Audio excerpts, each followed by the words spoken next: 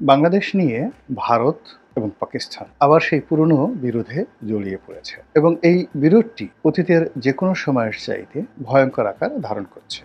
কারণ হলো বাংলাদেশের যে অভ্যুত্থান, মানে বাংলাদেশ নামক রাষ্ট্রটি যে সৃষ্টি হলো, এটি মূলত রয়ের কারসাজি, ভারতের মহান মুক্তিযুদ্ধে সরাসরি অংশগ্রহণ এবং পাকিস্তানকে একটা দাঁত ভাঙা জবাব দেওয়ার জন্য ভারতের সর্বোচ্চ বিনিয়োগ, এবং এটা ভারত শুরু করেছিল 1953 সন থেকে। পাকিস্তানকে ভাঙার জন্য ভারতের যে চক্রান্ত, তাদের যে জলস্থলে অন্তরিক্ষে আক্রমণ, এবং সেই আক্রমণ করতে গিয়ে তারা এই বাংলাদেশে এমন সব ঘটনা ঘটিয়েছে সেই 53 সন থেকে একেবারে 1970 সন পর্যন্ত বা 71 সন পর্যন্ত, যেটি লোমহর্ষক, ভয়ে কাটা দেওয়ার মতো। তারা ওই সময়টাতে খুব দুর্বল ছিল। অর্থাৎ 1953-54 সঙ্গে যদি আপনি ভারতের অর্থনীতি আর পাকিস্তানের অর্থনীতির কথা চিন্তা করেন, তাহলে পাকিস্তান ওই সময় এশিয়ার মধ্যে সবচেয়ে ধনী রাষ্ট্র। এমনকি জাপান, সৌদি আরব, তারাও তখনও পাকিস্তানের পর্যায়ে পৌঁছতে পারে। 50-এর দশকে পাকিস্তান পৃথিবীর অত্যন্ত শক্তিশালী একটি রাষ্ট্র, অর্থনৈতিকভাবে, সামরিক দিক থেকে। এমনকি 54 সনে তাদের অবস্থান ইংল্যান্ডের চেয়েও ভালো ছিল। আপনারা অনেকে হয়তো শুনলে হাসবেন, কারণ হলো ইংল্যান্ড প্রায় 1947 সালে দেউলিয়া হয়ে গিয়েছিল। এতটা দেউলিয়া যে তারা একটা দ্বিতীয় বিশ্বযুদ্ধের পরে সাধারণ নির্বাচন তারা করতে পারার মতো অবস্থানে ছিল না। ফলে পৃথিবীর যে প্রথম তত্ত্বাবধায়ক সরকার, সেটি সেই ইংল্যান্ডে শুরু হয়েছিল দ্বিতীয় বিশ্বযুদ্ধের পরপর। তো সেখানে উইনস্টন চার্চিল যুদ্ধকালীন প্রধানমন্ত্রী ছিলেন। তখন ব্রিটেনের যে যত সম্মিলিত বিরোধী দল, তারা বললো যে আমাদের ফাইন্যান্সের অবস্থা খুব খারাপ, এখন জাতীয় নির্বাচন করা সম্ভব নয়, আপনি এই দায়িত্ব কয়েক বছর চালান, এরপরে টাকা পয়সা হলে আমরা একটা নির্বাচন করব। তো যাই হোক, এখন সেই ছিল মানে ব্রিটেনের অবস্থা। তাহলে পুরো ব্রিটেনের এই অর্থনৈতিক মন্দাটা 50-এর দশকের পর্যন্ত ছিল। তো সেই সময়টাতে পাকিস্তান ব্রিটেনের চেয়ে ধনী ছিল।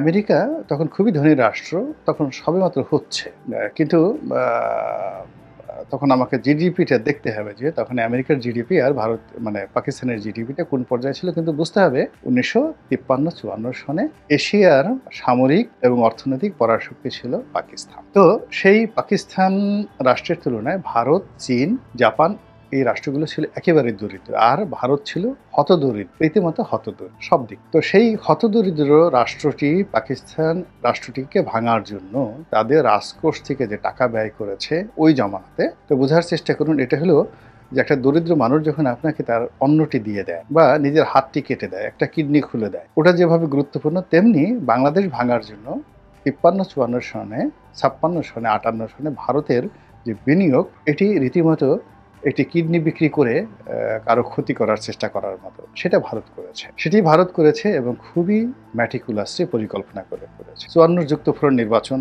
আওয়ামী লীগ ভেঙে যাওয়া, তারপরে আওয়ামী লীগের মধ্যে দুটো গ্রুপ তৈরি করা, বঙ্গবন্ধু শেখ মুজিব ভার্সেস মাওলানা আব্দুল হামিদ খান ভাসানী, এই দুটো গ্রুপ করা, এবং সেখানে ইন্ডিয়ার দালাল হিসেবে পরিচিত হোসেন শহীদ সরওয়ার্দীকে বাংলাদেশে ঢুকিয়ে দেওয়া, ইন্ডিয়ার দালাল হিসেবে পরিচিত শেরে বাংলা একে ফজলুল হক, তাকে সরাসরি পাকিস্তান বলতো যে এরা সবাই ইন্ডিয়ার দালাল, তার মাধ্যমে একটি নির্বাচন করা। আবার সেই নির্বাচনকে যখন বানচাল করে দেওয়ার সর্বোচ্চ চেষ্টা পাকিস্তান করলো, পাকিস্তানের মুসলিম লীগ থেকে শুরু করে সামরিক বাহিনী যখন চেষ্টা করলো তাদেরকে বিপদে ফেলার জন্য, সেই আদমজি জুট মিলে আগুন লাগিয়ে দেওয়া, পাটের গুদাম, নারায়ণগঞ্জের বড় বড় পাটের গুদামে আগুন লাগিয়ে দিয়ে পুরো দেশকে অস্থির করে দেওয়া, তারপর লতিফ বাওয়ানির জুট মিল থেকে শুরু করে সব জায়গাতে পুরো বস্ত্র সেক্টরে যে একটার পর একটা আপনি দেখবেন যে 1956, 57, 58 সনের প্রথম দিকে খালি আগুন লাগে, প্রতিদিন আগুন লাগে, আর সব জায়গাতে শুধু শ্রমিক অসন্তোষ, মারামারি, যেটা এই সময়টাতে চলছে। এই পুরো কাজটি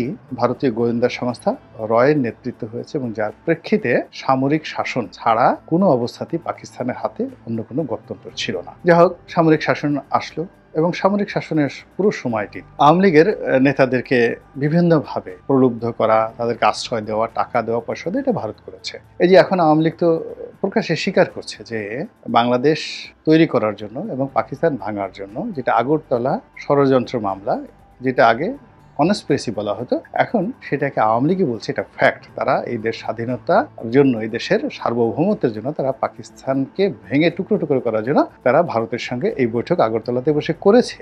এটা এখন সবাই স্বীকার করছে। তাহলে বোঝার চেষ্টা করুন যে ভারত সেই 1953 থেকে তাদের যে নেহেরু ডক্ট্রিন ছিল, সেই ডক্ট্রিনকে বাস্তবায়ন করার জন্য কি পরিমাণ আত্মত্যাগ তারা করে আসছে এবং এখন পর্যন্ত তারা করছে। শান্তি বাহিনী সৃষ্টি, শান্তি চুক্তি করা, আওয়ামী লীগকে ক্ষমতায় আনা, এখানে লেন্দুব দর্জি তৈরি করা, এখানে যাকে বলা হয় সিকিম বানানো, বা একটি করদ রাষ্ট্র তৈরি করা, মানে স্বাধীন থাকবে কিন্তু আমাদের। এটার জন্য রয়ের plan A, plan B, plan C তাদের ছিল। এক। 2 নম্বর হলো যে যখন বাংলাদেশকে তারা পেল পাকিস্তান, তারা এটাকে প্রথমে পাত্তা দেয় এবং এখনো তারা পাত্তা দিচ্ছে না। এরা মনে করে যে এটা নেটিভ, এটা ছোট লোকের জাত, এদের রক্ত বেশি ভালো না। পাকিস্তানের যে অভিজাততন্ত্র, ফিউডাল সোসাইটি, তারা বাঙালিকে কখনোই ভাই হিসেবে নেয়নি। কিন্তু পাকিস্তানের আমজনতা কিন্তু বাংলাদেশকে ভালোবাসে। এমনকি তাদের যে মিলিটারি টিল নাও, এখন পর্যন্ত তারা এই হাভাতে বাঙালিকে শিক্ষা দেওয়ার জন্য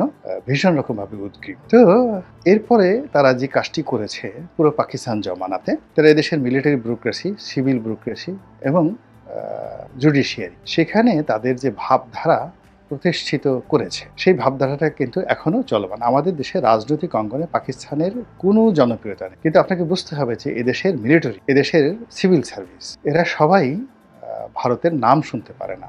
বহুত চেষ্টা করেছে কিন্তু কোনো অবস্থাতেই জনপ্রিয় হতে পারেনি। প্রভাবশালী হয়েছে, অনেক কর্নেল, ব্রিগেডিয়ার, জেনারেলকে তারা কিনে নিয়েছে, কিন্তু সাধারণ সেনাবাহিনীর মধ্যে এখনো আইএসআই প্রীতি আছে, পাকিস্তান প্রীতি রয়েছে। এর কারণে ওই শুরুটা, ট্রেনিংটা এমনভাবে চলে আসছে যে অস্থি মজ্জায় জুডিশিয়ারিতে, সিভিল সার্ভিসে এখনো যদি বলা হয় বিসিএস, আইসিএস, আমাদের সিভিল সার্ভিস তাদেরকে গণ্য করে না। কিন্তু যখন বলা হয় সিএসপি, তখন এখনো দেখবেন যে অনেক সিভিল সার্ভিসের কর্মকর্তা বলে বেড়ান যে আমার বাবা ছিলেন সিএসপি। তারা even ICS, British civil service বলেন না, বা ইন্ডিয়ান সিভিল সার্ভিস তারা বলেন। তো তারা সিএসপিটাকে খুব প্রেফার করেন। তো এটি মূলত আইএসআইয়ের একটা বিনিয়োগ, যে তারা যখন দেখলো যে পলিটিক্যাল সেক্টরে কোনো অবস্থাতেই তারা জনপ্রিয়তা পাচ্ছে না, পলিটিক্যাল সেক্টরে ভারত জনপ্রিয়তা পেয়ে গেছে, তখন তারা এই 3টা সেক্টরে বিনিয়োগ করা শুরু করলো এবং সেই বিনিয়োগটি সেই 53 সন থেকে এখন পর্যন্ত সেখানে রয়ে গেছে। যাই হোক, তো আওয়ামী লীগের জামানাতে